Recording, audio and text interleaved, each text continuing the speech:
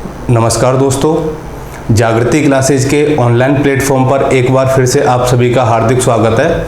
हम लोग Indian geography पढ़ रहे थे और इंडियन ज्योग्राफी में हम एक टॉपिक कंप्लीट कर चुके हैं जिसका नाम था भारत के भू आकृतिक प्रदेश। आज का जो हमारा नया टॉपिक है वो है आपका भारत का अपवाह तंत्र अर्थात ड्रेनेज सिस्टम ऑफ इंडिया, कि भारत में किस तरीके से अपवाह को वर्गीकृत किया गया है और कौन कौन सी नदियां भारत में बहती हैं, उनका निकास कहां से होता है और उनका उद्गम कहां से होता है, कौन सी नदी डेल्टा का निर्माण करती है, कौन सी डेल्टा का निर्माण नहीं करती। तो जो नदी डेल्टा नहीं बनाती वो एस्चुरी बनाएगी। ठीक है, तो भारत में जो नदियां हैं उनको हम दो भागों में बांट करके अध्ययन करेंगे। एक तो है आपका हिमालय की नदियां और दूसरा है प्रायद्वीपीय भारत की नदियां। तो इन नदियों का जो भी वर्गीकरण किया गया है वो इस टॉपिक के अंतर्गत हमने शामिल किया है। तो सबसे पहले तो हम नदियों से संबंधित कुछ बेसिक बातें कर लेते हैं कि अपवाह होता क्या है, यानी कि जिस ड्रेनेज सिस्टम की आज हम बात कर रहे हैं, जिस ड्रेनेज सिस्टम को पढ़ रहे हैं उसके बारे में सबसे पहले जानते हैं कि अपवाह की डेफिनेशन क्या होती है। कई दोस्त ये नहीं जानते कि अपवाह होता क्या। अपवाह का मतलब होता है जब नदियों के जल का बहाव कुछ निश्चित जलमार्गों के द्वारा, किसके द्वारा, निश्चित जलमार्गों के द्वारा या वाहिकाओं के माध्यम से होता है, उसे क्या कहा जाता है, अपवाह कहा जाता है, ड्रेनेज कहा जाता है। तो अगर ड्रेनेज की परिभाषा आपसे पूछी जाए तो क्या कहोगे कि जब नदियों के जल का बहाव, यानी कि मान लीजिए ये कोई नदी है और इसकी ये कुछ सहायक नदियां हैं इस तरीके से, तो इन सहायक नदियों का और इस मुख्य नदी का जो जल का बहाव है, तो ऐसा नहीं है कि ये कहीं भी बह रही होंगी, यानी कि एक निश्चित जलमार्ग होगा, इसका निश्चित वाहिकाएं होंगी जिन वाहिकाओं के माध्यम से बह रहा होगा और अंत में किसी न किसी सागर में या खाड़ी में ये गिरती होंगी। ठीक है, तो उसे क्या कहा जाता है, अपवाह कहा जाता है। अब हम बात कर रहे हैं किसकी, अपवाह तंत्र की, ड्रेनेज सिस्टम की। तो जो ड्रेनेज सिस्टम है, तो ड्रेनेज सिस्टम की डेफिनेशन क्या बनती है कि जलमार्गों के जाल को क्या कहा जाता है, अपवाह तंत्र। अगर हम भारत के अपवाह तंत्र की बात कर रहे हैं तो भारत में ऐसा तो है नहीं कि एक ही नदी बह रही हो, बहुत सारी नदियां यहाँ पर बह रही हैं और उनकी सहायक नदियां उनके साथ में मिलकर के क्या करती हैं, अपना जल बंगाल की खाड़ी में या अरब सागर में ले जाके गिराती हैं। अब देखिए, अब जैसे कि उत्तर में गंगा बह रही है, सिंधु बह रही है, सांगपो बह रही है, इसकी भी कुछ सहायक नदियां हैं। इसके अलावा प्रायद्वीप में गोदावरी हो गई, आपकी कावेरी हो गई, महानदी हो गई, स्वर्णरेखा हो गई, कृष्णा हो गई। ठीक है, तो ये सारी नदियां क्या हैं, ये सभी नदियों का जाल है, यानी कि जलमार्गों के जाल को क्या कहा जाता है, अपवाह तंत्र कहा जाता है। दूसरी डेफिनेशन इसकी क्या बनेगी कि अपवाह तंत्र मुख्य नदी एवं उसकी सहायक नदियों का क्या होता है, एकीकृत तंत्र होता है। ये बहुत अच्छी बात है कि कोई मुख्य नदी होगी और ये उसकी कुछ सहायक नदियां होंगी, इनका क्या होता है, ये एकीकृत तंत्र होता है जो सतह के जल को एकत्रित कर क्या करता है, दिशा प्रदान करता है। देखिए, ये इसकी सहायक नदियां हैं, ये इधर से जल ला रही है, ये इधर से जल ले जाके एक तरफ इकट्ठा कर रही है, मुख्य नदी में छोड़ रही है। तो इस पूरे जल को क्या है, एक दिशा प्रदान हो रही है, किसके द्वारा, मुख्य नदी के द्वारा। तो क्या होता है, जब मुख्य नदी अपनी सहायक नदियों के जल को एक दिशा प्रदान करती हैं, वो क्या कहलाता है, आपका अपवाह तंत्र कहलाता है, ड्रेनेज सिस्टम कहलाता है। तो देखते हैं इस ड्रेनेज सिस्टम को कितने भागों में वर्गीकृत किया जाता है। तो हम पहले कुछ बेसिक बातें कर रहे हैं। तो देखिए, ड्रेनेज सिस्टम जो है, इस ड्रेनेज सिस्टम को दो भागों में बांट के देखते हैं। एक तो होता है आपका क्रमवर्ती अपवाह तंत्र या सीक्वेंट ड्रेनेज सिस्टम। क्रमवर्ती अपवाह तंत्र का मतलब होता है कि ऐसा अपवाह तंत्र जिसकी नदियां ढालों के अनुसार क्या करती हैं, गमन करती हैं, यानी कि जो ढालों का अनुसरण करते हुए बहती हैं, वो कैसा ड्रेनेज सिस्टम कहलाता है, आपका क्रमवर्ती अपवाह तंत्र कहलाता है।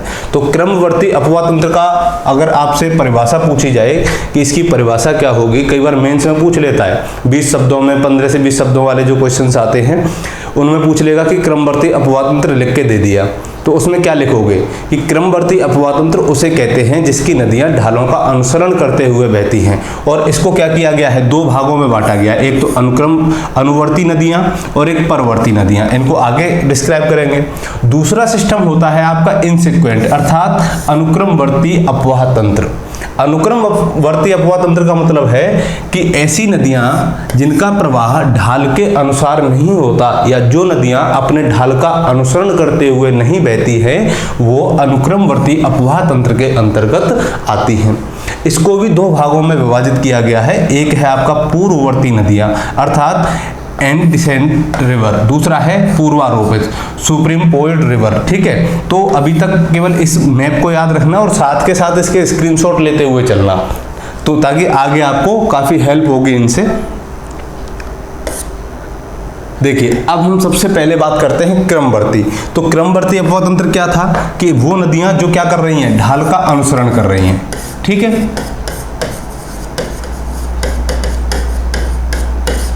तो यहां पर सबसे पहले देखते हैं, देखिए अनुवर्ती नदियां, अनुवर्ती का कॉन्सिक्वेंट रिवर। कॉन्सिक्वेंट रिवर क्या होती हैं, जो सामान्य ढाल के अनुसार बहती हैं। सामान्य ढाल, जैसे कि देखिए ये हमारा भारत है, तो भारत में आपकी क्या है, जो प्रायद्वीपीय भारत की जो ढाल है वो पश्चिम से पूर्व की ओर है। किधर, पश्चिम से पूर्व की ओर है। तो जो नदियां बहेंगी वो भी क्या करेंगी, ढाल का अनुसरण करेंगी। तो ढाल के जैसे कि गोदावरी है वो पश्चिम से पूर्व की ओर बहती है। ठीक है, कृष्णा है वो पश्चिम से पूर्व की ओर बहती है, कावेरी है वो भी पश्चिम से पूर्व की ओर बह रही है। अर्थात प्रायद्वीपीय भारत की जो ढाल है इसका अनुसरण करते हुए जो नदियां बह रही हैं वो कौन सी नदियों की श्रेणी में आती हैं, अनुवर्ती नदियों की श्रेणी में आती हैं। तो इसके एग्जाम्पल्स क्या क्या हो गए आपके, गोदावरी, कृष्णा, कावेरी। अब एक चीज और ध्यान रखना, किसी क्षेत्र में सर्वप्रथम अनुवर्ती नदी का उद्गम होता है, उसके बाद में पूर्ववर्ती नदी का। ठीक है, तो देखिए पूर्ववर्ती नदी भी हम यहाँ पर देख लेते हैं। पूर्ववर्ती का मतलब होता है कि मुख्य अनुवर्ती नदी से समकोण पर मिलने वाली नदियां क्या कहलाती हैं, अनुवर्ती नदियां कहलाती हैं। तो समकोण का मतलब क्या हो गया कि 90 डिग्री का कोण जो नदियां बनाएंगी वो क्या हो जाएगा, समकोण हो जाएगा। तो ऐसी कौन कौन सी नदियां हैं जो अनुवर्ती नदियों के एग्जाम्पल में आती हैं, तो एक तो होगी आपकी चंबल, दूसरी होगी सिंध, तीसरी बेतवा और चौथी केन। तो देखिए यह है आपकी यमुना नदी, और इस यमुना नदी में इधर से आपकी चंबल जाके मिल रही है। तो चंबल और ये दोनों जब मिल रही हैं तो यहाँ पर क्या किया इसने, समकोण का निर्माण किया। चंबल में एक नदी मिलती है सिंध, तो सिंध ने भी यहाँ पर क्या किया, समकोण का निर्माण किया। सॉरी, यहाँ से देखिए इस तरीके से इसमें सिंध मिल रही है, तो ये क्या हो गया, समकोण का निर्माण हो गया। सिंध के अलावा बेतवा इस तरीके से जाके मिलती है चंबल में, और बेतवा के अलावा केन भी चंबल में इस तरीके से मिलती है। तो ये जो नदियाँ हैं ये क्या कर रही हैं, क्या करती हैं, समकोण पर मिल रही हैं। किससे, अपनी अनुवर्ती नदियों से। तो जहां पर सहायक नदियां अनुवर्ती नदियों से मिलने के बाद समकोण का निर्माण करती हैं वो कौन सी श्रेणी में आती हैं, परवर्ती श्रेणियों की, सबसिक्वेंट रिवर की श्रेणी में आती हैं। ठीक है, इनके अलावा एक नदी और है आपकी सोन। तो सोन जो है वो गंगा में जाकर के मिलती है, और गंगा में किस तरीके से, ऐसे जाके मिलती है। ठीक है, तो सोन भी क्या कर रही है, समकोण पर मिल रही है। तो सोन भी किस तरीके की नदी का उदाहरण हो जाएगा, परवर्ती नदी का उदाहरण हो जाएगा। तो ये तो था हमारा कौन सा, क्रमवर्ती अपवाह तंत्र। तो क्रमवर्ती अपवाह तंत्र क्या हो गया कि वो नदियां जो ढालों का अनुसरण करती हैं किस में आती हैं, क्रमवर्ती अपवाह तंत्र में आती हैं। ठीक है, इसको दो भागों में बांटा गया है, अनुवर्ती, दूसरा परवर्ती। तो अनुवर्ती जो सामान्य ढाल के अनुसार बहती हैं, और परवर्ती जो अनुवर्ती नदी से समकोण पर मिलती हैं। इसके एग्जाम्पल क्या हो गए, गोदावरी, कृष्णा, कावेरी, और इसके चंबल, सिंध, बेतवा, केन और सोन। ठीक है, तो सबसे पहले कौन सी नदी का उद्गम होगा, अनुवर्ती का होगा या परवर्ती का होगा। तो पहली बात याद रखना कि सबसे पहले अनुवर्ती नदी बनेगी, उसके बाद में ही परवर्ती नदी उससे समकोण पर जाकर के मिलेगी। ठीक है, चलिए आगे बढ़ते हैं दूसरे प्रकार पर। अब इसका दूसरा प्रकार है अनुवर्ती नदियां। अनुवर्ती का मतलब अभी मैंने बताया था कि ऐसी नदियां जो ढाल का अनुसरण नहीं करती हैं। क्या नहीं करती, जो ढाल का अनुसरण नहीं करती हैं, और इनको दो भागों में बांटा है, एक तो पूर्ववर्ती नदियां और एक पूर्वारोपित नदियां।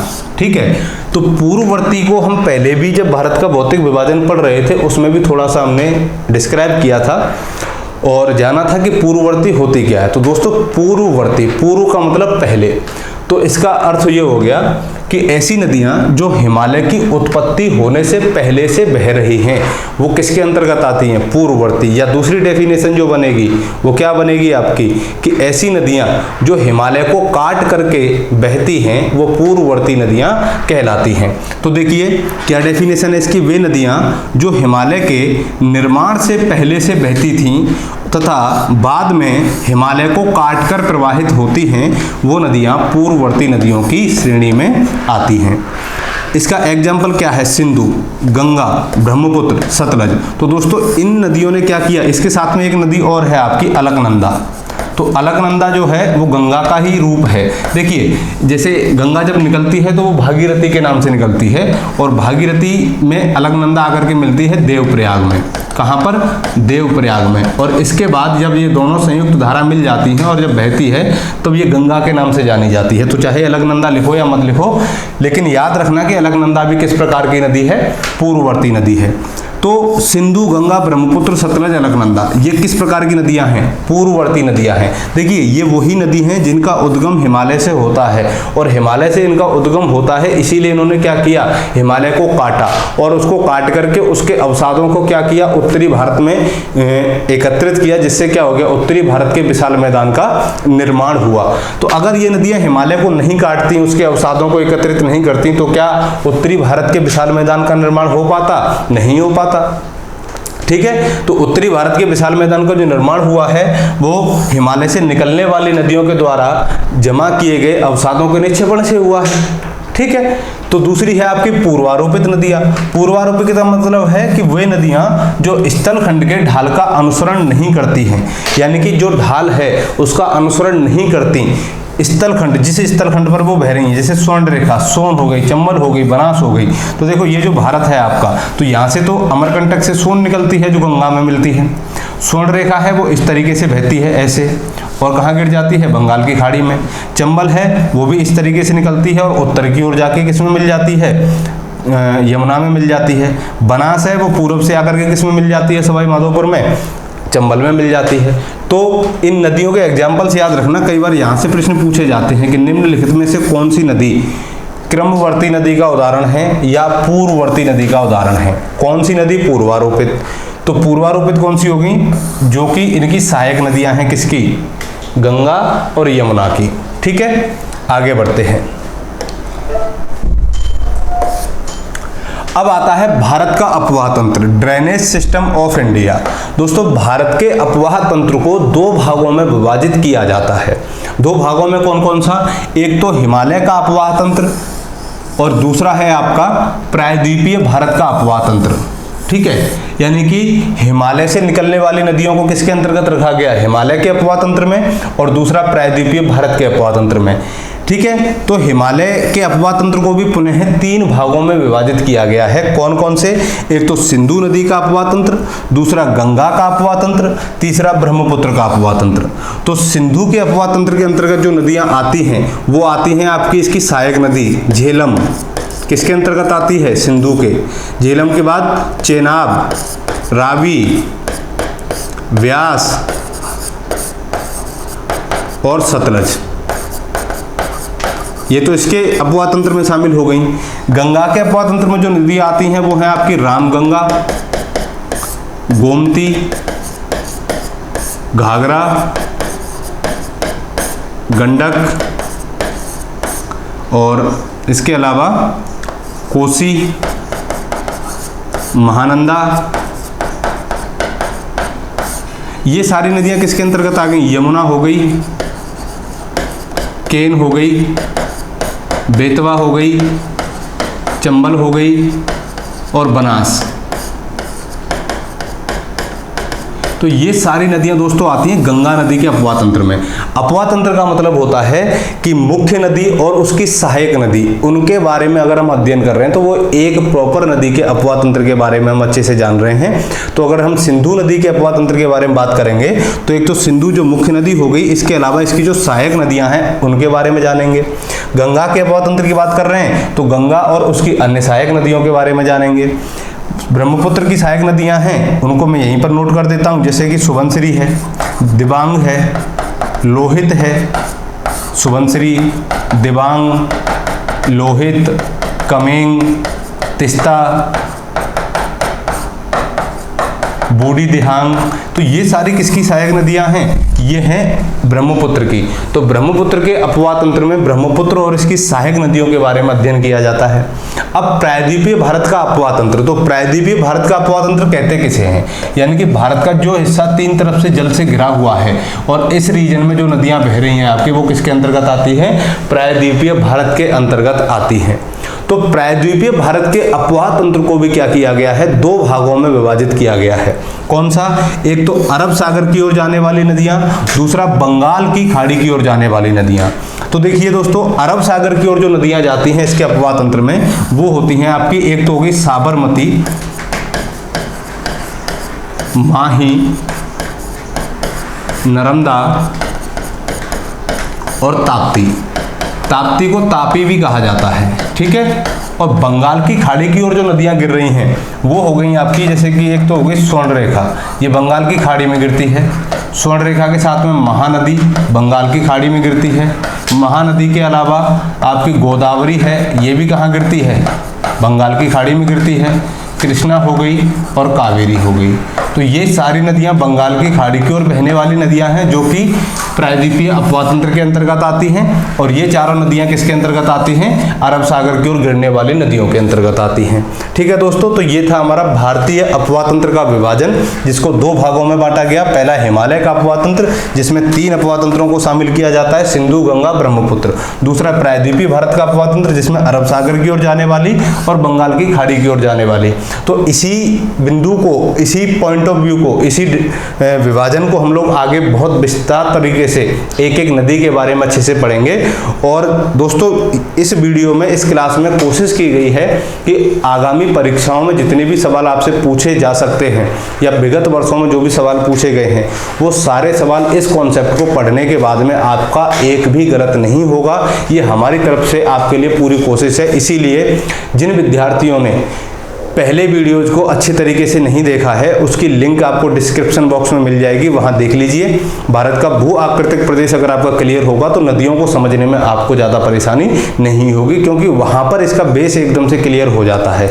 और अगर हम नदियों को अच्छी तरीके से पढ़ लेंगे तो इसके ऊपर जो भी बहुउद्देशीय नदी घाटी परियोजनाएं चलाई जा रही हैं, उन परियोजनाओं का बेस क्लियर हो जाएगा। क्लियर, बात समझ में आ रही है? तो अगर जो भाई लोग देख नहीं पाए हैं भारत का भू आकृतिक प्रदेश, उसका लिंक आपको इस वीडियो के डिस्क्रिप्शन बॉक्स में आपको मिल जाएगा, जो देखते रहिए, ठीक है। और आप अपनी राय हमें कमेंट बॉक्स के माध्यम से जरूर भेजिए। देखिए, अब पहला आता है हमारा सिंधु नदी का अपवाह तंत्र। दोस्तों, सिंधु नदी किस अपवाह तंत्र के अंतर्गत आती है? ये आती है हिमालय के अपवाह तंत्र के अंतर्गत। तो सिंधु नदी का जो उद्गम होता है वो कहाँ से होता है? यहाँ पर तिब्बत में एक झील है जिसे कहा जाता है मानसरोवर झील। क्या कहा जाता है? मानसरोवर झील। और इस मानसरोवर झील के पास में एक हिमनद है जिसे बोखरचू हिमनद कहा जाता है। क्या? बोखरचू हिमनद या ग्लेशियर। यहाँ से ये नदी निकलती है और ये झील कौन सी हो गई आपकी? मानसरोवर झील। कहां पर? तिब्बत में। ठीक है, तो यहां से ये नदी निकलती है और इस तरीके से इसका जो अपवाह तंत्र है वो ऐसे है।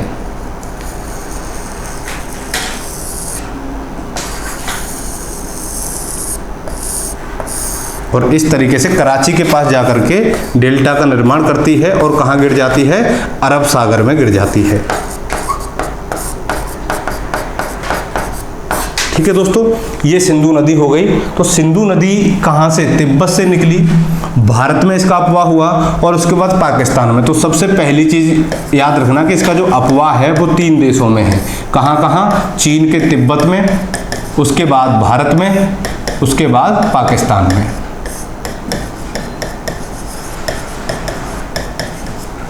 ठीक है, तो ये पहला पॉइंट आपका क्लियर हुआ।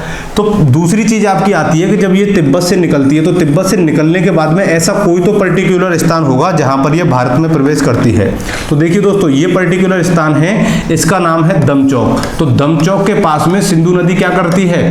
भारत में प्रवेश करती है। और भारत से प्रवेश करने के बाद में जब ये जम्मू कश्मीर में बहती है तो ऐसा एक और स्थान आता है जहां से ये पाकिस्तान में प्रवेश करेगी, उस स्थान का नाम है चिल्लड़।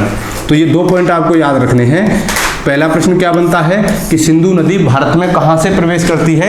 तो दमचौक से। और पाकिस्तान में कहां से प्रवेश करती है? तो चिल्लड़ से। एक बात क्लियर हुई। दूसरी बात आती है कि ये नदी क्या करती है, इधर तो हमारी काराकोरम श्रेणी है और ये हमारी लद्दाख श्रेणी है, तो ये लद्दाख श्रेणी को काट करके बहती है। तो जिस स्थान पर ये लद्दाख श्रेणी को काटती है उस स्थान का नाम है बुंजी। तो दोस्तों याद रखना कि सिंधु नदी जो है वो बुंजी नामक स्थान पर लद्दाख श्रेणी को काट करके बहती है और भारत के सबसे बड़े गॉर्ज का निर्माण करती है। ठीक है, लिखते जाना आप, बुंजी नामक स्थान पर लद्दाख श्रेणी को काटती है और क्या करती है, भारत के सबसे गहरे गॉर्ज का निर्माण करती है। और इस गॉर्ज की जो गहराई है वो कितनी है, 5200 मीटर। ठीक है, इतनी सी बात आपकी क्लियर हो गई। तो सिंधु नदी कहाँ से निकली, बोखरचू हिमनद मानसरोवर तिब्बत से कहाँ गई, भारत में अफवाह करने के बाद में लद्दाख श्रेणी को काटा बुंजी नामक स्थान पर और सबसे गहरे गॉर्ज का निर्माण किया और पाकिस्तान में बहते हुए कहाँ गिर गई, अरब सागर में गिर गई। तो दोस्तों और भी इसके कुछ फैक्ट्स हैं। तो ये तो इसका उद्गम हो गया, ये इसका निकास, तो निकास कहाँ पर होता है इसका, ये अरब सागर में आपको दिखाई दे रहा होगा। पंचनद का संगम, अब देखिए इसकी जो सहायक नदियां हैं सतलज, रावी, ब्यास, चेनाब और झेलम, इनको पंचनद के नाम से जाना जाता है। तो ये पंचनद यहाँ पाकिस्तान में जाकर के इससे मिलती हैं, तो पाकिस्तान में जाकर के मिलेंगी। तो ये तो हो गई आपकी ब्यास यहीं पर, और ये हो गई रावी, ये चेनाब और ये झेलम। तो इस तरीके से ये जो पंचनद है ये पूरा इसमें सिंधु नदी में कहाँ पर जाके मिलता है, पाकिस्तान के मिठनकोट में जाकर के मिलता है। कहाँ पर मिल रहा है, पाकिस्तान के मिठनकोट में। इसका नाम याद रखना।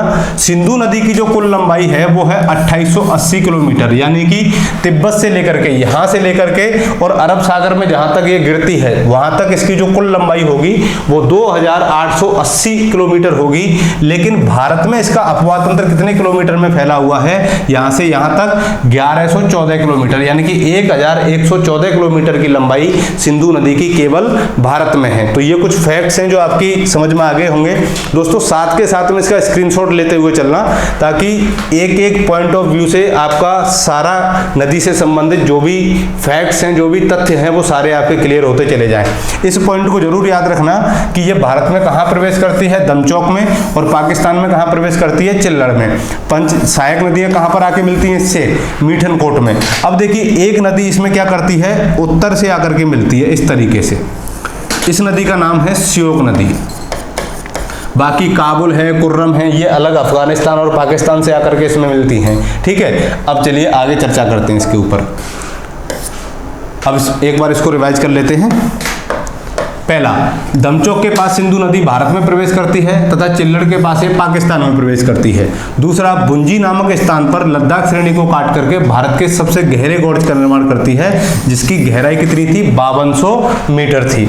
इसकी सहायक नदियां, अब दोस्तों देखिए इसकी जो सहायक नदियां हैं, तो सहायक नदियों को दो वर्गों में बांटा जाता है। जैसे कि सिंधु नदी क्या है, इस तरीके से बह रही है, तो अगर ये इस तरीके से आ रही है तो इसका जो बायां तट होगा वो ये वाला हो जाएगा और दायां तट होगा वो ऊपर वाला हो जाएगा। तो इसको दो भागों में बांटा है, एक तो बाईं ओर से मिलने वाली नदियां और एक दाईं ओर से मिलने वाली नदियां। तो इसके बाईं ओर से जो नदियां मिलती हैं, सबसे पहले इसमें सतलज मिलती है, रावी, ब्यास, झेलम। तो इस तरीके से, सॉरी ब्यास इधर है आपकी, ये रावी हो गई, ये चिनाब हो गई, ये झेलम हो गई। तो ये तो इसके बाएं तट से आकर के मिल रही हैं, और इधर से दाएं तट से श्योक हो गई। ठीक है, तो श्योक कहाँ है आपकी, ये रही। और जोस्कर, सियांग, सिगार, गिलगिट, अस्तर, द्रास, काबुल, स्वात और कुर्रम, ये इसकी अन्य सहायक नदियां हैं। इन सभी नदियों को दोस्तों यहाँ पर इसलिए मेंशन किया है क्योंकि यूपीएससी में कई बार क्या होता है कि इस तरीके की नदी पूछ लेते हैं जो हमें कई बार किताबों में मिलती ही नहीं है, इसकी सहायक नदियां। 2016 में जो एक प्रश्न पूछा गया था अपवाह तंत्र से, वो ब्रह्मपुत्र नदी के अपवाह तंत्र से पूछा गया था। और प्रश्न क्या था कि निम्नलिखित में से कौन ब्रह्मपुत्र की सहायक नदी नहीं है, और इस तरीके से दिया था 1, 2 और 3, और फिर कूट दिया था, और उस कूट में पूछा था कि इनमें से कौन सी ब्रह्मपुत्र की सहायक नदियां हैं। और एक नई नदी जो कभी उस समय तक विद्यार्थियों ने नहीं पढ़ी थी, उसका नाम था कमेंग। तिस्ता, सुबनसिरी, मानस, लोहित, संकोच, ये सारी नदियां सब लोगों ने पढ़ी थी, लेकिन कमेंग नदी जो कि बहुत सीमित क्षेत्र में बहती है, इसको यूपीएससी ने 2016 में पूछ लिया। तो इसीलिए यहाँ पर जितनी भी सहायक नदियां हैं सिंधु की वो सारी मेंशन की हैं, तो इनको आप एक बार याद रखना, ताकि भविष्य में अगर इस तरीके का सवाल स्टेट सिविल सर्विस में या अन्य किसी परीक्षा में आपसे पूछा जाए तो वो आपका गलत ना हो। ठीक है, बहुत सारे विद्यार्थियों का ये सवाल गलत हुआ था। चलिए आगे चर्चा करते हैं और क्या विशेषताएं हैं इसकी। अब इसकी पहली सहायक नदी है झेलम। झेलम जो है वो कहाँ से निकलती है? वेरीनाग, जम्मू कश्मीर से। तो दोस्तों मैं एक बार सिंधु बना लेता हूँ, उसके बाद झेलम बनाऊंगा। ये है आपकी सिंधु नदी, और यहाँ जम्मू कश्मीर में एक झील है वेरीनाग झील, जो शेषनाग झील के पास में है। ठीक है, तो इसका जो निकास होता है वो कहाँ से होता है? वेरीनाग से होता है। और ये किस में जाकर के मिल जाती है? ये मिल जाती है आपकी झंग में, यानी कि एक स्थान है झंग पाकिस्तान में, और इस झंग नामक स्थान पर ये चिनाब में मिल जाती है। और चिनाब किस में जाकर के मिल जाती है? रावी में जाकर के मिल जाती है। और अंत में ये किस में मिल जाएगी? सतलज के साथ में सिंधु नदी में मिल जाएगी। ठीक है,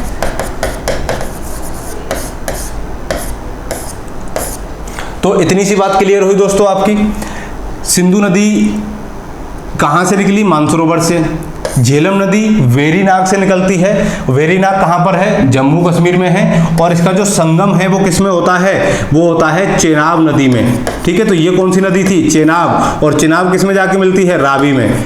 ठीक है, तो ये बात आपको याद रखनी है। इसकी जो कुल लंबाई है वो 724 किलोमीटर है, यानी कि यहाँ से पाकिस्तान तक कितनी लंबाई हो गई? 724। लेकिन भारत में इसका जो अपवाद तंत्र है, केवल भारत में यहाँ तक जो भारत का अपवाद तंत्र है वो 400 किलोमीटर में विस्तृत है।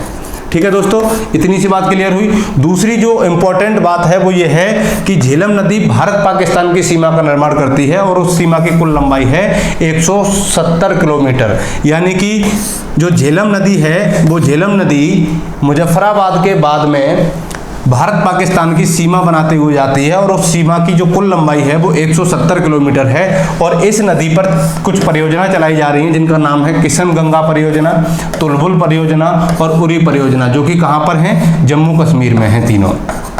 ठीक है, तो यहीं से परियोजनाओं का बेसिक आपका शुरू होता जाएगा, और आगे जब हम परियोजनाओं वाला टॉपिक पढ़ेंगे तो दोस्तों बहुत अच्छे तरीके से आप इन परियोजनाओं को समझ पाओगे। तो ये हो गई हमारी झेलम नदी। ठीक है, इनका उद्गम याद रखना है आपको, और इनका संगम याद रखना है। ये सबसे इंपॉर्टेंट है, क्योंकि अगर हम नदियों के बारे में अच्छे तरीके से पढ़ रहे हैं और हमें ये नहीं पता है कि उसका उद्गम कहाँ से होता है, वो बहती कहाँ से है, तो हम नदियों के बारे में कुछ नहीं जानते हैं। हमें नदियों के बारे में सबसे पहले यही जानना है, कहाँ से निकली, कहाँ से होते हुए बह रही है, और कहाँ पर जाकर के उसका संगम या निकास होता है। या तो उसका संगम होगा किसी मुख्य नदी में जाकर के मिलेगी, या वो स्वतंत्र रूप से किसी सागर में जाकर के मिलेगी। ठीक है, चलिए दूसरी नदी की बात कर लेते हैं। ये है आपकी चेनाब नदी। चेनाब नदी सिंधु की सबसे बड़ी सहायक नदी है। तो ये सिंधु हो गई, और ये सतलज है आपकी, ये रावी है, ये चेनाब है, और ये झेलम है। तो इस तरीके से आपको ये आकृति दिखाई दे रही होगी। तो झेलम का तो जंग के पास में हो गया, इसमें संगम किसमें? चिनाब में। तो ये आपकी चिनाब नदी है। ठीक है, तो चिनाब नदी का जो उद्गम होता है वो हिमाचल प्रदेश से होता है, कुल्लू की पहाड़ियों से। तो कुल्लू मनाली का नाम सभी लोगों ने सुना होगा। कई बार दर्रा पूछ लेता है कि किस दर्रे के समीप से चिनाब नदी का उद्गम होता है, तो बाड़ा लाचाला दर्रा। दोस्तों जो चिनाब नदी है, इस चिनाब नदी के बारे में एक फैक्ट हमें यहाँ जानना है कि जब ये कुल्लू से निकलती है तो दो अलग अलग धाराओं में निकलती है, एक चंद्र के नाम से, एक भागा के नाम से। ठीक है, चंद्र और भागा नाम से दो अलग अलग धाराओं से निकलती है। फिर बाद में हिमाचल प्रदेश में दोनों धाराएं मिल जाती हैं, और दोनों धाराओं के मिलने के बाद इसका नाम हो जाता है चंद्रभागा। और जब यही चंद्रभागा नदी कहाँ पहुँचती है? जम्मू कश्मीर में पहुँचती है, तो किस नाम से जानी जाती है? चेनाब के नाम से जानी जाती है। कहाँ से निकल रही है ये? बाड़ा लाचाला दर्रे के समीप से कुल्लू की पहाड़ियाँ। तो कुल्लू की पहाड़ियाँ कौन से राज्य में अवस्थित हैं? हिमाचल प्रदेश में अवस्थित हैं। इसका संगम जो है वो संगम कहाँ पर होता है? इसका सिंधु नदी में होता है। ठीक है, सिंधु में होगा, या इसकी सहायक नदी, या तो सिंधु बोल सकते हैं या ये बोल सकते हैं कि इसकी सहायक नदी कौन सी हो गई, रावी। ठीक है, तो इसमें जाकर के इसका संगम होगा। इसका संगम कौन से देश में होता है, पाकिस्तान में होता है। अब बात करते हैं इसकी टोटल लंबाई की, तो इसकी जो कुल लंबाई है वो है 1800 किलोमीटर, यानी कि हिमाचल प्रदेश के बाड़ालाचाला दर्रे से लेकर के पाकिस्तान तक जहां तक ये बहती है वहां तक इसकी टोटल लंबाई 1800 किलोमीटर हो जाएगी। लेकिन भारत में इसकी कुल लंबाई 1180 किलोमीटर होगी। और इस पर कुछ परियोजनाएं चलाई जा रही हैं। उन परियोजनाओं का नाम है बगलिहार परियोजना, सलाल परियोजना और दुलहस्ती परियोजना। तो दोस्तों इस प्रकार ये थी हमारी चेनाब नदी। ठीक है, तो उम्मीद करता हूं कि धीरे धीरे आपकी एक एक चीज क्लियर हो रही होगी यहाँ पर, और आगे भी इसी तरीके से होती रहेगी। दोस्तों अगर आपको वीडियो अच्छे लगते हैं, आपका कॉन्सेप्ट क्लियर हो रहा है, तो अपने दोस्तों को भी ज्यादा से ज्यादा इसको शेयर कीजिए ताकि उनको भी इसका फायदा मिल सके। ठीक है, चलिए आगे बढ़ते हैं।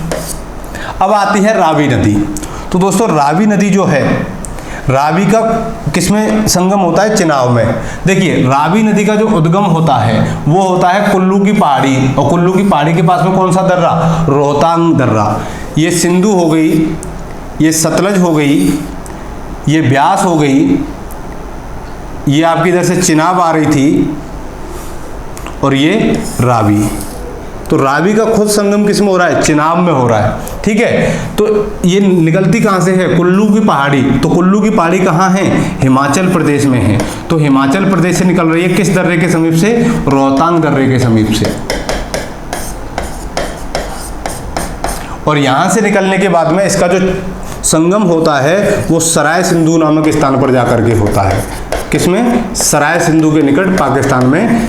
किस नदी में हो रहा है, चेनाब नदी में। तो चिनाब क्या है, सिंधु की सबसे बड़ी सहायक नदी, और रावी क्या है, सिंधु की दूसरी सबसे बड़ी सहायक नदी। इस नदी की कुल लंबाई है 725 किलोमीटर। कितनी है, 725 किलोमीटर। ये बात आपको याद रहेगी। और इस पर जो परियोजना चलाई जा रही है वो चमेरा परियोजना और थीन परियोजना चलाई जा रही है, इनको आपको याद रखना है। तो ये इस तरीके से हमारी क्या हो गई, रावी नदी। तो अभी तक हमने 3 नदियां पढ़ी। झेलम, झेलम का उद्गम कहाँ से हुआ, उसका वेरीनाग से हुआ। उसके बाद चिनाब नदी, चिनाब नदी का उद्गम बाड़ालाचाला दर्रे के समीप से कुल्लू की पहाड़ियों से हुआ। उसके बाद हमने रावी पढ़ी, रावी का उद्गम कहाँ से हो रहा है, हिमाचल प्रदेश से कुल्लू की पहाड़ियों से ही हो रहा है, लेकिन दर्रा कौन सा है, रोहतांग दर्रा है। ठीक है, अगली नदी की बात करते हैं। अब आती है आपकी ब्यास नदी। ब्यास नदी का जो उद्गम होता है दोस्तों वो होता है आपका, जैसे ये आपकी सतलज है और ये आपकी ब्यास है। तो ब्यास नदी जो निकलती है वो ब्यास कुंड से निकलती है। कहाँ से, ब्यास कुंड से। और इस ब्यास कुंड कहाँ पर है, रोहतांग दर्रे के पास में। ये वही रोहतांग दर्रा है जहां से रावी नदी निकलती है। ठीक है, तो देखिए इसका उद्गम ब्यास कुंड रोहतांग दर्रे के समीप। राज्य पूछा जाए तो हिमाचल प्रदेश। ठीक, दूसरी चीज इसका जो संगम होता है, संगम इसका सतलज में होता है, लेकिन सतलज में ये यहाँ से निकली और ये आपकी सतलज नदी है। तो सतलज में इसका जो संगम हुआ वो कहाँ पर जाके होगा, ये जो स्थान है ये है आपका हरके। तो हरके नामक स्थान पर इसका संगम किसमें हो गया, सतलज में हो गया। अब यहाँ पर जो एक मोस्ट इंपॉर्टेंट फैक्ट आपका दिया है, इसकी लंबाई भी देख लीजिए कितनी है, 470 किलोमीटर है। अब देखिए एक जो फैक्ट दिया है वो क्या है कि सतलज तथा ब्यास के संगम पर स्थित हरके बैराज से, अब यहाँ पर क्या है, एक हरके बैराज बनाया गया है और इसी हरके बैराज से एक नहर निकाली गई है। उस नहर का नाम है इंदिरा गांधी नहर। क्या नाम है दोस्तों, इंदिरा गांधी नहर। ठीक है, तो इंदिरा गांधी नहर कहां से निकाली गई है, हरके से। किन दो नदियों के संगम पर स्थित है हरके बैराज, ब्यास और सतलज के संगम पर, जो कि भारत की सबसे लंबी नहर है। तो इंदिरा गांधी नहर जो कि है वो क्या है, वो भारत की सबसे लंबी नहर है। जब ये नहर बनाई गई थी उस समय इसका नाम था राजस्थान नहर। क्या नाम था, राजस्थान नहर। उसके बाद में 1984 में इसका नाम परिवर्तित किया गया और इसका नाम क्या रख दिया गया, इंदिरा गांधी नहर रख दिया गया। ठीक है दोस्तों, तो ये था हमारा ब्यास नदी और उससे संबंधित कुछ फैक्ट्स। तो यहाँ पर इंपॉर्टेंट क्या है, आपकी इंदिरा गांधी नहर है, इसीलिए इसको नोट में मेंशन किया है। तो उम्मीद करता हूँ कि यहाँ से आपका प्रश्न आ जाएगा अगर ब्यास नदी से संबंधित कोई भी सवाल आपसे पूछा जाता है। इसकी कुल लंबाई 470 किलोमीटर, इसका संगम सतलज में और निकलती कहाँ से है, ब्यास कुंड से। तो ये हो गई हमारी क्या, ब्यास नदी। अब आते हैं सतलज नदी पर। दोस्तों ये है हमारी सतलज नदी। सतलज नदी जो है वो इस तरीके से आ रही है बहते हुए, और सतलज नदी का जो उद्गम होता है वो राकसताल झील से होता है। इसी राकसताल झील को राक्षस ताल झील भी कहा जाता है, ठीक है। और इसका संगम जो होगा वो सिंधु में होगा, यानी कि ऐसे सिंधु नदी आ रही है और सिंधु में ये कहाँ पर मिल जाएगी, पाकिस्तान में जाकर के। तो पाकिस्तान में इसका संगम किस में हो गया, सिंधु में हो गया, ठीक है दोस्तों। और तिब्बत से निकली, कहाँ से, राकसताल झील से। लेकिन भारत में किस दर्रे के समीप यह प्रवेश करती है, उस दर्रे का नाम है सिपकीला दर्रा। इन दर्रों को याद रखना दोस्तों, यहाँ से सवाल पूछा जा सकता है आपका कि सतलज नदी किस दर्रे के समीप भारत में प्रवेश करती है, तो वो आपका सिपकीला दर्रा है। इसकी टोटल लंबाई जो है वो है आपकी 1500 किलोमीटर। कितनी है, लगभग 1500 किलोमीटर। लेकिन भारत में इसकी टोटल लंबाई है 1050 किलोमीटर। कितनी हो जाएगी भारत में, 1050 किलोमीटर। अब इस नदी पर कुछ परियोजना चलाई गई हैं। एक तो भाखड़ा नागल परियोजना है और एक हरके बैराज परियोजना। तो भाखड़ा नागल परियोजना पंजाब में एक भाखड़ा नामक स्थान पर और एक नागल नामक स्थान के जल को एक जगह पर एकत्रित किया गया है, और इसी को क्या बोला जाता है, भाखड़ा नागल परियोजना बोला जाता है, जो कि भारत की सबसे बड़ी परियोजना है। दूसरी चीज ये है कि इस नदी के संगम पर, यानी कि यहाँ पर जो ब्यास नदी आकर के मिल रही थी, यहाँ हरके बैराज परियोजना चलाई जा रही है, जहाँ से इंदिरा गांधी नहर निकाली गई है। तो ये कुछ फैक्ट्स थे किससे संबंधित, सतलज नदी से। तो पहली चीज की याद रखनी है कि इसका उद्गम कहाँ से होता है, राकसताल झील से। इसका संगम सिंधु नदी में होता है, कहाँ पर, पाकिस्तान में। भारत में किस दर्रे के समीप प्रवेश करती है, सिपकीला दर्रा। कुल लंबाई 1500 किलोमीटर, भारत में कुल लंबाई 1050 किलोमीटर, और दो परियोजनाएं चल रही हैं इस पर सबसे बड़ी, एक तो भाखड़ा नागल परियोजना और एक हरके बैराज परियोजना, ठीक है। तो ये हो गया हमारा सिंधु नदी का अपवाह तंत्र। अब इसके बाद में बात आती है गंगा के अपवाह तंत्र की। दोस्तों गंगा का जो अपवाह तंत्र है ये अपने आप में बहुत इंपॉर्टेंट है। तो गंगा नदी का जो अपवाह तंत्र है, मैंने आपको यहाँ पर मैप शो किया है, तो एक बार देख लेते हैं गंगा कहाँ से तो निकलती है। देखिए ये उत्तराखंड है, और उत्तराखंड में एक जिला है उत्तरकाशी जिला, और इस उत्तरकाशी जिले के पास में ग्लेशियर है, उस ग्लेशियर का नाम है गंगोत्री ग्लेशियर। इस गंगोत्री ग्लेशियर से एक नदी निकलती है भागीरथी के नाम से, और आगे जाकर के अलकनंदा जब उसमें मिल जाती है तो उसका नाम हो जाता है गंगा। और इस तरीके से बहते हुए ये इधर से आपकी ब्रह्मपुत्र नदी आ रही है, और ब्रह्मपुत्र के साथ में मिलकर के क्या करती है, बंगाल की खाड़ी में से गिर जाती है।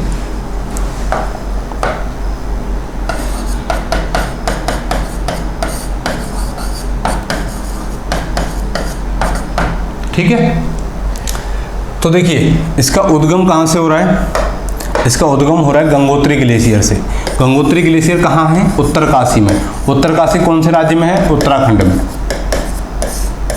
ठीक है। दूसरा इसका निकास कहाँ पर हो रहा है, इसका बंगाल की खाड़ी में, ठीक है। आपको दिखाई दे रहा होगा ब्रह्मपुत्र के साथ मिलकर, जब ये ब्रह्मपुत्र के साथ मिलती है तो यहाँ पर इसका नाम हो जाता है पद्मा। तो पद्मा के नाम से किस में मिल जाती है, ब्रह्मपुत्र में। और ब्रह्मपुत्र गंगा जब दक्षिण बांग्लादेश में पहुंचती है तब इसका नाम हो जाता है मेघना, और मेघना के नाम से किस में गिर जाती है, बंगाल की खाड़ी में गिर जाती है। इसकी जो कुल लंबाई है यहाँ से यहाँ तक, इसकी कुल लंबाई होगी 2525 किलोमीटर। कितनी हो जाएगी, 2525 किलोमीटर। और इसका जो अपवाह क्षेत्र है, तो देखिए यहाँ पर आपको मैप में दिखाई दे रहे होंगे, तो पहला जो राज्य है इसका वो कौन सा है, ये उत्तराखंड है। तो एक तो उत्तराखंड में इसका अपवाह तंत्र हो गया, उत्तराखंड के बाद में दूसरा यूपी हो गया, यूपी के बाद में ये आपका बिहार हो गया, बिहार के बाद में ये आपका पश्चिम बंगाल हो गया। तो इन राज्यों में क्या है, इसका अपवाह तंत्र है। देखिए उत्तराखंड, उत्तर प्रदेश, बिहार और बंगाल, तो इन चार राज्यों में इसका अपवाह तंत्र है, जिसकी कुल लंबाई कितनी हो गई, 2525 किलोमीटर। अब एक बार इसको देख लेते हैं कि इसका उद्गम पहाड़ी क्षेत्र में जिस तरीके से होता है, और वहां पर ये नदी क्या करती है, कुछ प्रयागों का निर्माण करती है। तो किस तरीके से उन प्रयागों को बनाती है उसके बारे में चर्चा करते हैं। देखिए ये है आपकी, देखिए ये यहां पर है गंगोत्री ग्लेशियर, ठीक है। यहां से नदी निकली कौन सी, गंगा, जब गंगा नदी कहाँ से निकलती है, गंगोत्री ग्लेशियर से निकलती है, तब इसका नाम होता है भागीरथी। क्या नाम होता है दोस्तों? भागीरथी। इसके बाद में इसमें एक नदी और आकर के मिलती है, उसका नाम है अलकनंदा। ठीक है, कौन सी नदी? अलकनंदा। और अलकनंदा और भागीरथी एक स्थान पर आकर के मिलती हैं, जिसका नाम हो जाता है देवप्रयाग। कहाँ पर आके मिली है? देवप्रयाग में। ठीक है। दूसरी चीज, इसमें एक नदी और आकर के मिलती है, भीलंगाना नदी। इस नदी का नाम क्या है? भीलंगाना।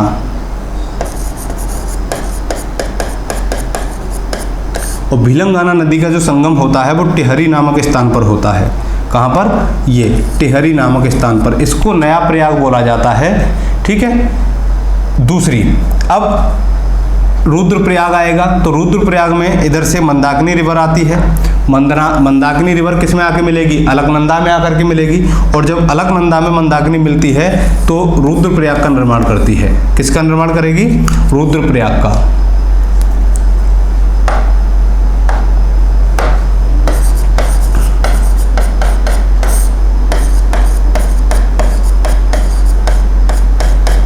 ठीक है। अब उसके बाद में इधर से एक नदी आती है आपकी पिंडार नदी, जो किस में आकर के मिलती है?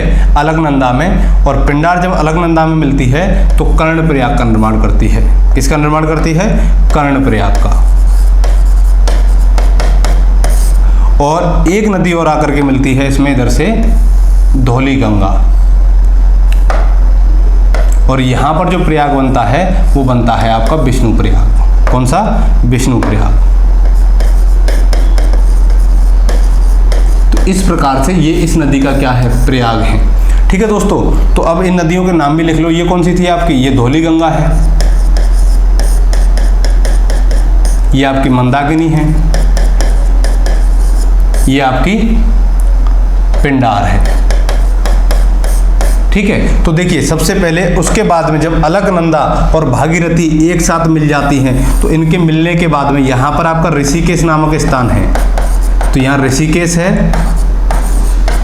उसके बाद यहाँ पर हरिद्वार है। उसके बाद देवप्रयाग में जब इन दोनों का संगम हो जाता है तो इनका संगम होने के बाद में ये नदी किस नाम से जानी जाती है? गंगा के नाम से जानी जाती है। ठीक है दोस्तों, इतनी सी बात आपको याद रह जाएगी। ये जो इमेज आपको यहाँ पर दिखाई दे रही है, ये है उत्तराखंड में, यानी कि जब गंगा पहाड़ी क्षेत्र में होती है तो उस पहाड़ी क्षेत्र में क्या करती है? कुछ संगम का निर्माण करती है। और उन संगमों को किसके नाम से जाना जाता है? प्रयाग के नाम से जाना जाता है। तो पहला है आपका देवप्रयाग। तो देवप्रयाग किन दो नदियों के संगम को कहते हैं? भागीरथी और अलकनंदा। दूसरा है रुद्रप्रयाग। तो रुद्रप्रयाग क्या है? मंदाकिनी और अलकनंदा जहां पर मिलती है वहां किसका निर्माण होता है? रुद्रप्रयाग का निर्माण होता है।